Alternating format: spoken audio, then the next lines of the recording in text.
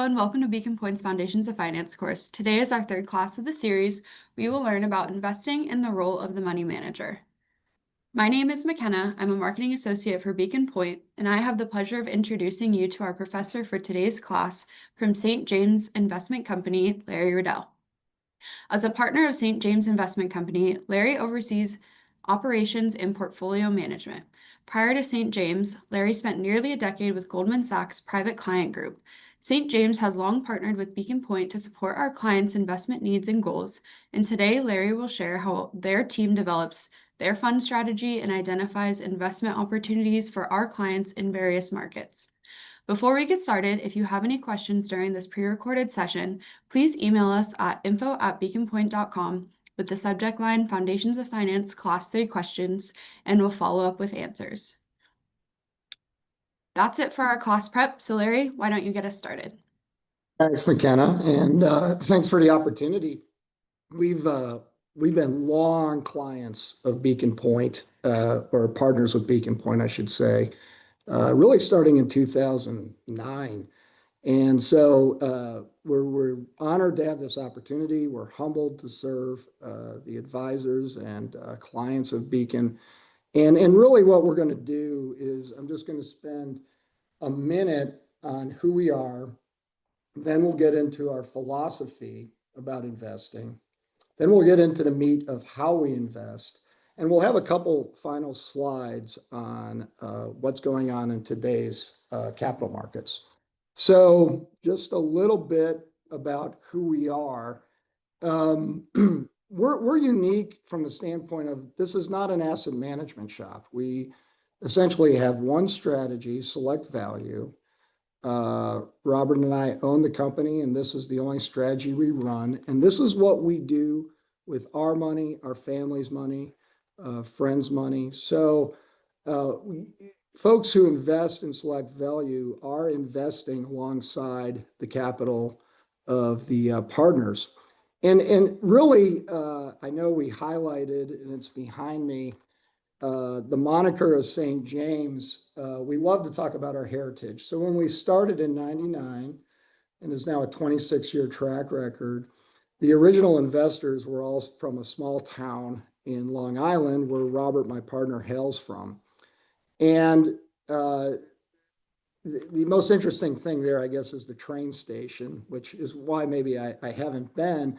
But we love talking about the heritage. From the standpoint of the original investors don't care about relative performance per se. What they care about is making money and not losing money.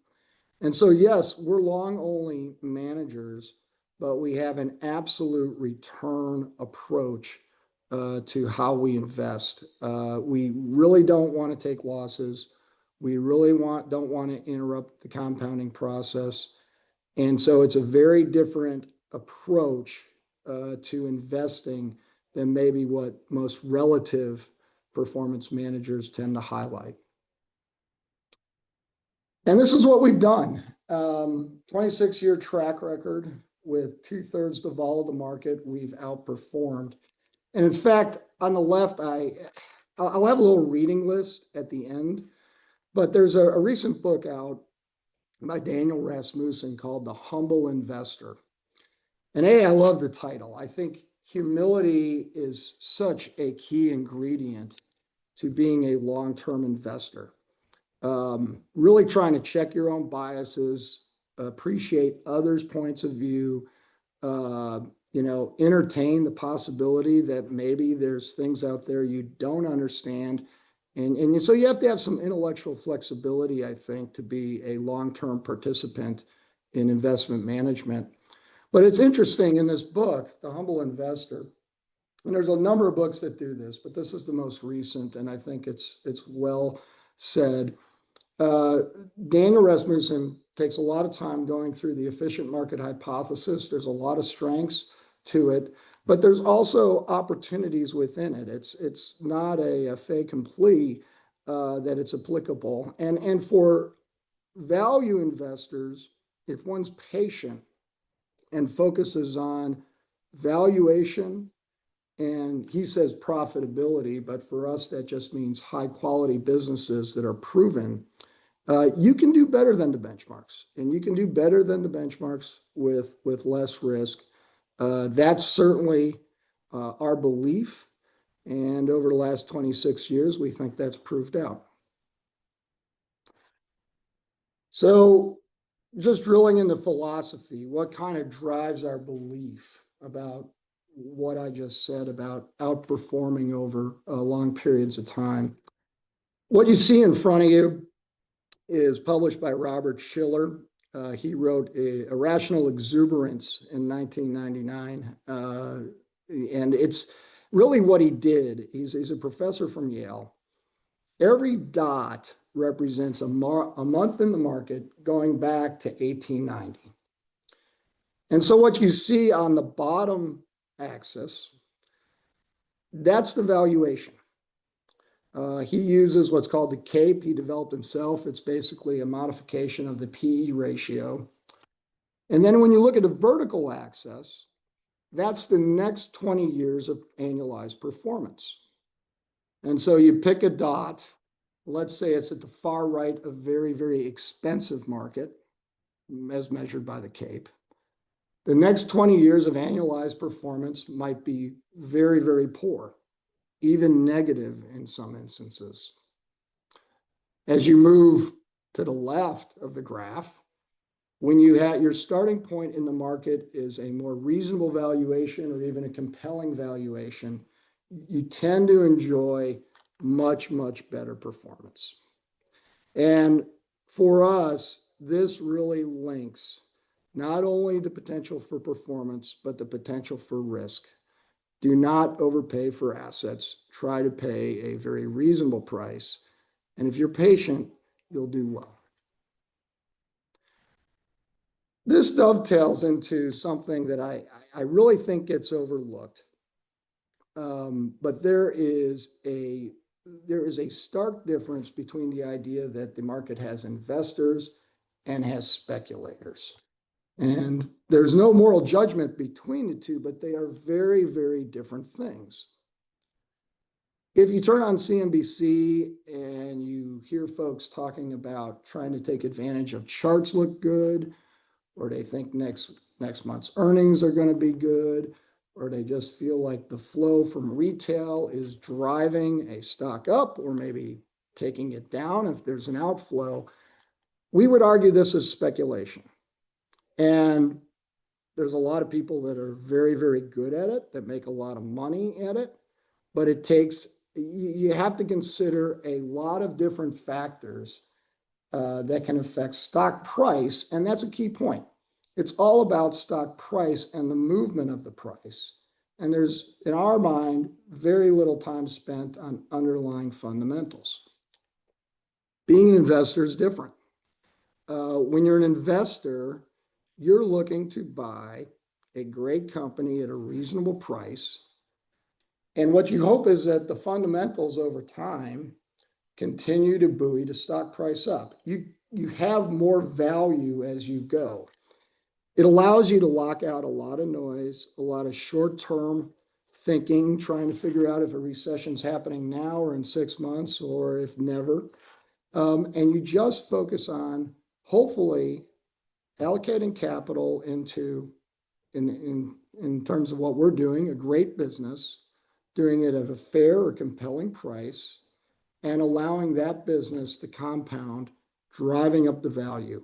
It's a much easier way to approach the capital markets, and we would argue a much better way to sleep well at night.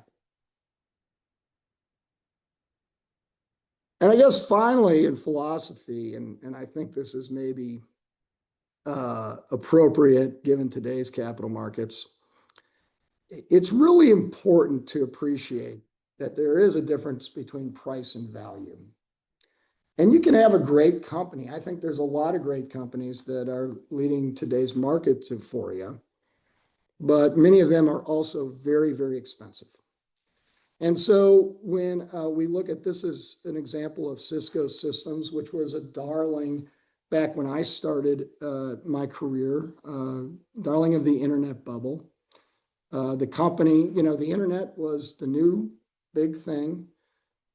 Everyone was kind of piling into it. And Cisco was really the plumber, really the heart of the narrative about how great the internet was going to be.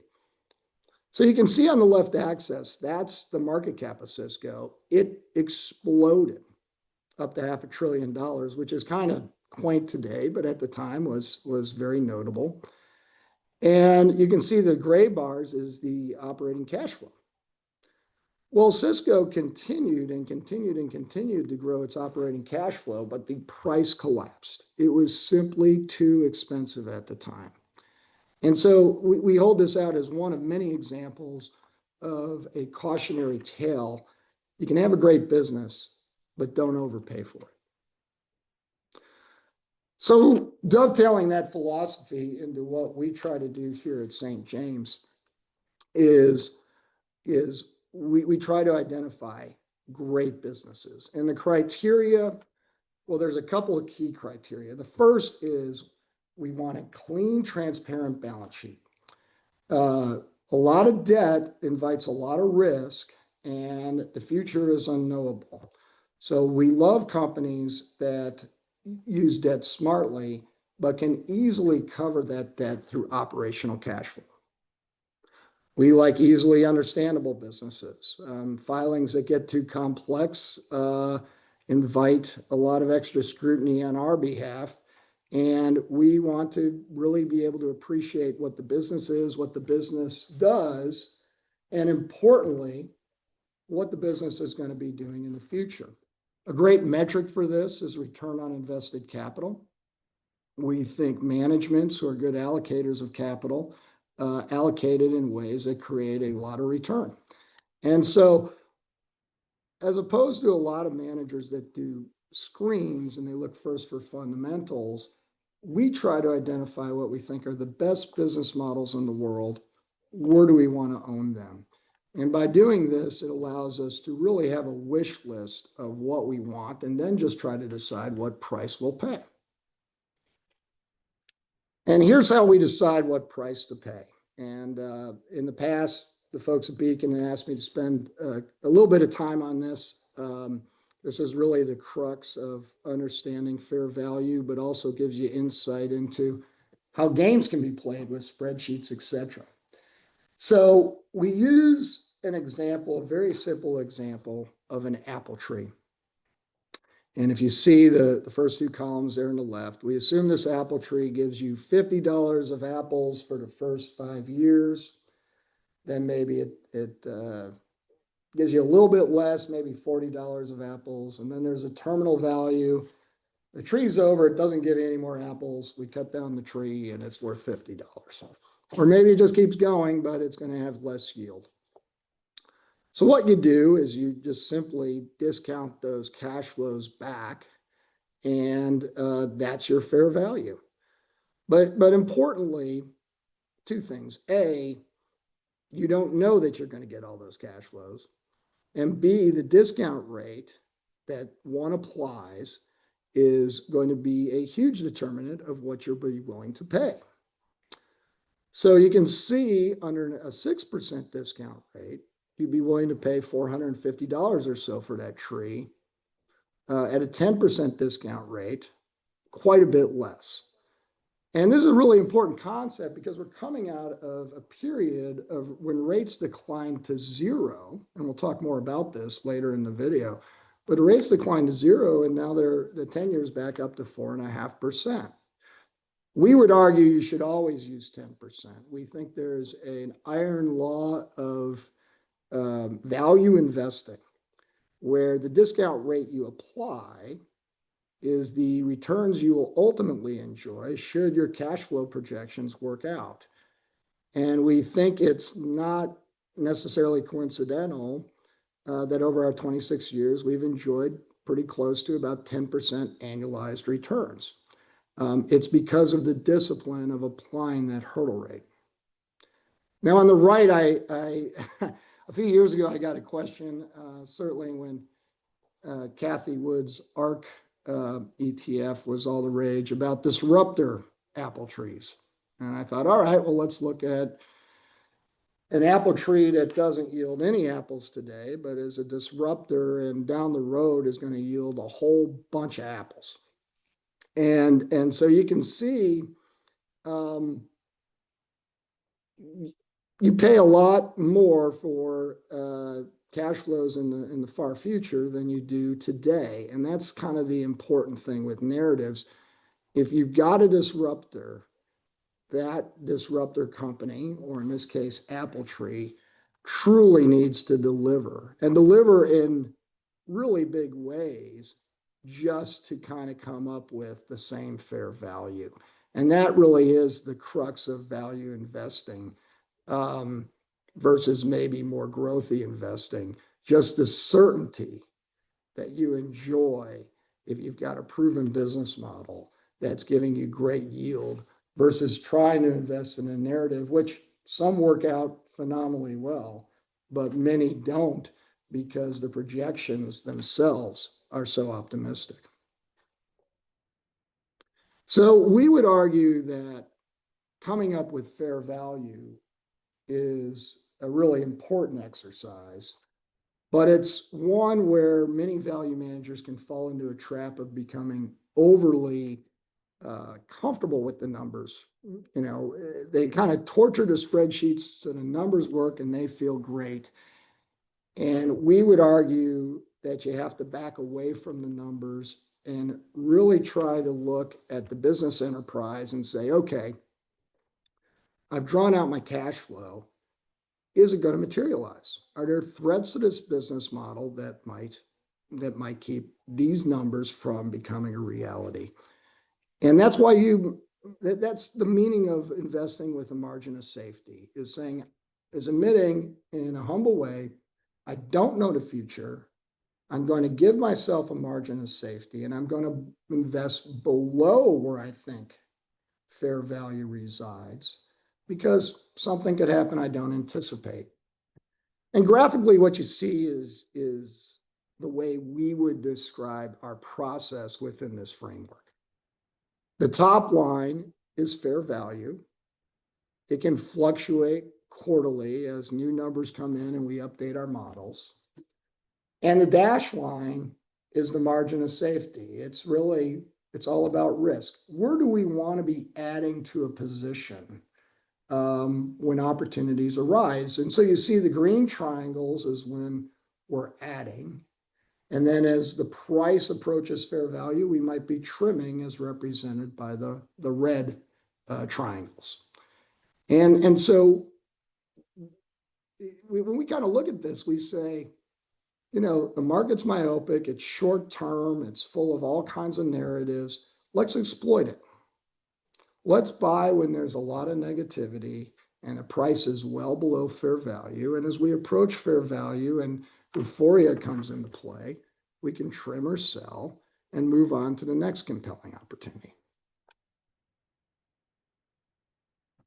And so wrapping all that up and kind of in terms of our philosophy and process, I'm just going to kind of talk about today's market because it really is a unique time.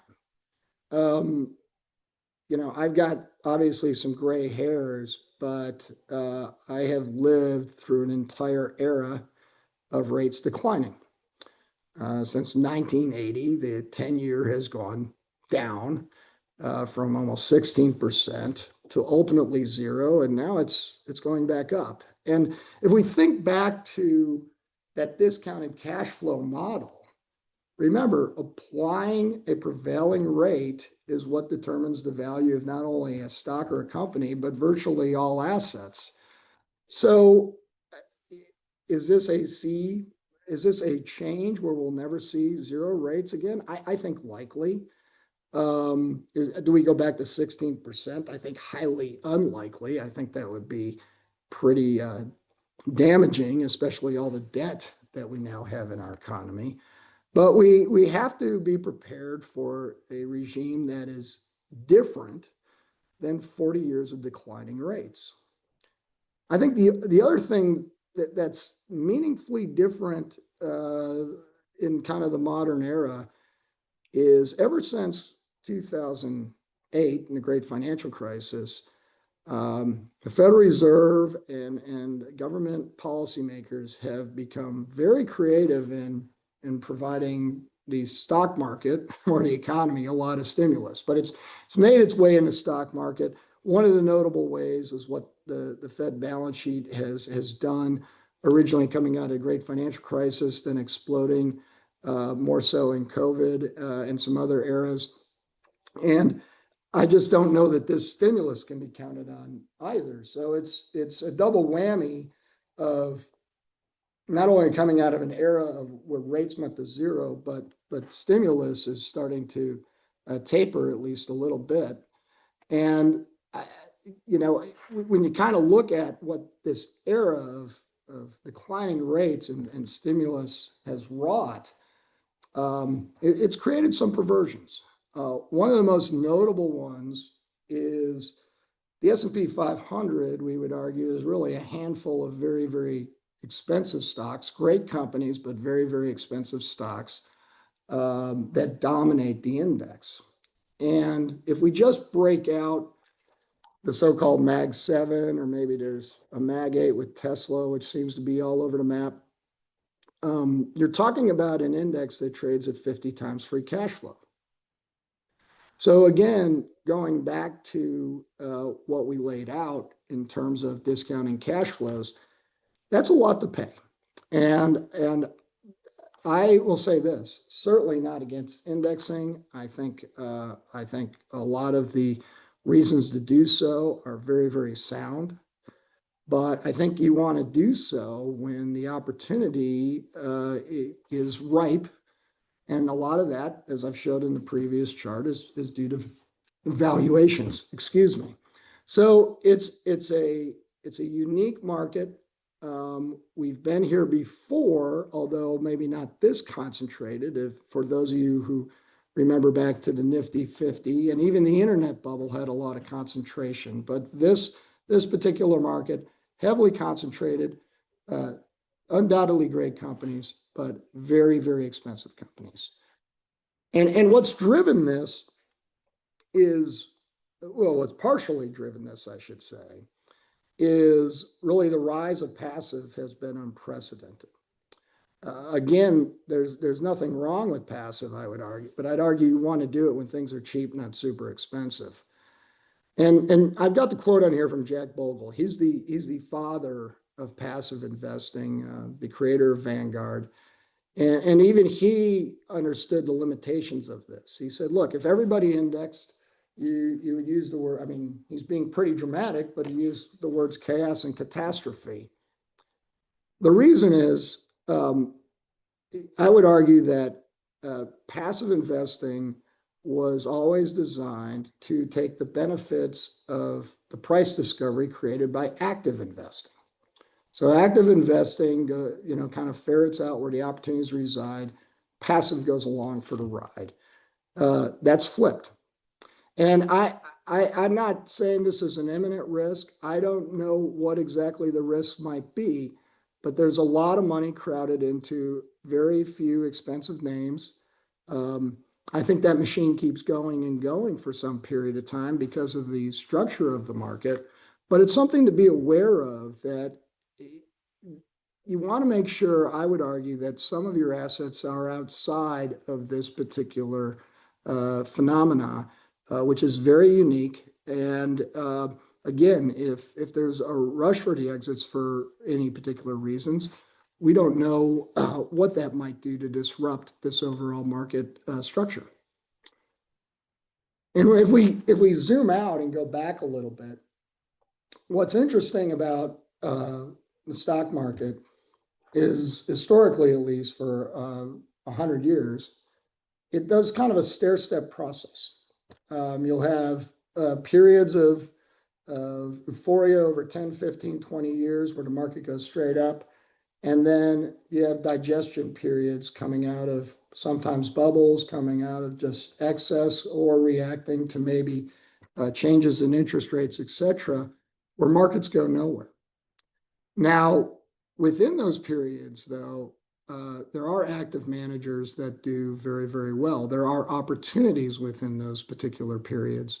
And I'm not suggesting we're on the cusp of that, but if you look at market concentration, if you look at the cost of today's market, it certainly has some parallels back to eras where the euphoria ran out and you got a sideways market for some period of time. And so if you say, okay, maybe I do want to take some assets away from where the crowd is, well, where are those opportunities? Where do they reside? And it's pretty extraordinary. This is looking back to 2009 versus today. As you see, tech, communications, and discretionary. Communications obviously has things like Google and Amazon is in here. It's about half the market, and certainly a more expensive part of the market. And then you look at energy. I mean, if we're going to fuel this AI boom, think about the energy needs. It's almost nothing. In fact, the size of NVIDIA is twice that of the U.S. energy component in the S&P.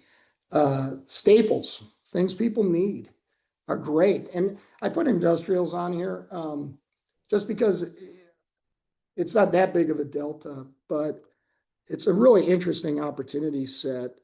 Politics aside, it's clear that deglobalization is happening, and we've put things in reverse.